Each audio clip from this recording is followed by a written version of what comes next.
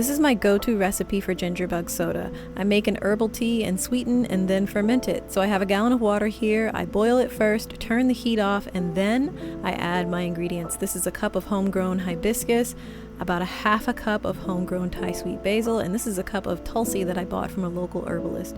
I give it a stir and then let it steep until it's at least cool enough to be able to safely pour into our primary fermentation vessel, and that's this glass jar. I added a cup of sugar. You can go as high as 2 cups or as sweet as you want, but if it's too sweet, you can always ferment it further for the sweetness to go away, but you can't really add sweetness after you've already fermented and stuck it in the refrigerator. So taste it at this stage. If it's a little too sweet, that's way better than not sweet enough. It doesn't really matter what type of sweetener you use. I'm always going to recommend you use organic evaporated cane juice.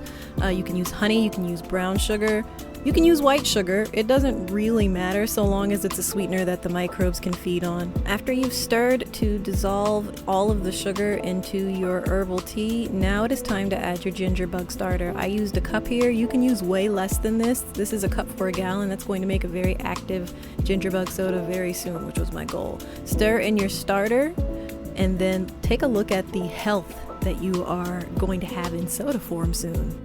Now I've taken a cup of liquid out of my ginger bug, so I'm going to add in a cup of sugar and another cup of liquid, cover it with a paper towel, and put it back in the refrigerator. You want to at least be making a batch every 2 weeks with your ginger bug. If you look in the refrigerator and see that it's clear, it has died. What you want it to look like is cloudy like this.